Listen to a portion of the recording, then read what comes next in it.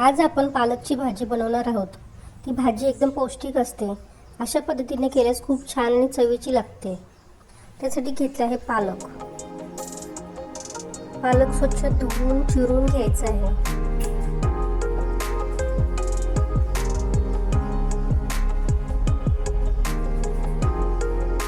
त्यासाठी लागतो बारीक चिरलेला कांदा, लसूण, मिरची.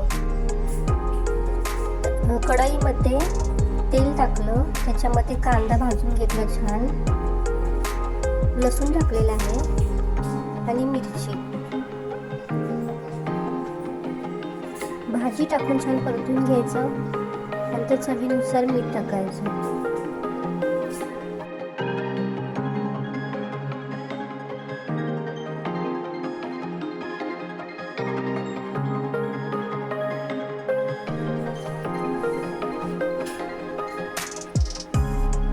त्यामध्ये भाजलेल्या शेंगदाण्याचं जाडसर कूट टाकायचं.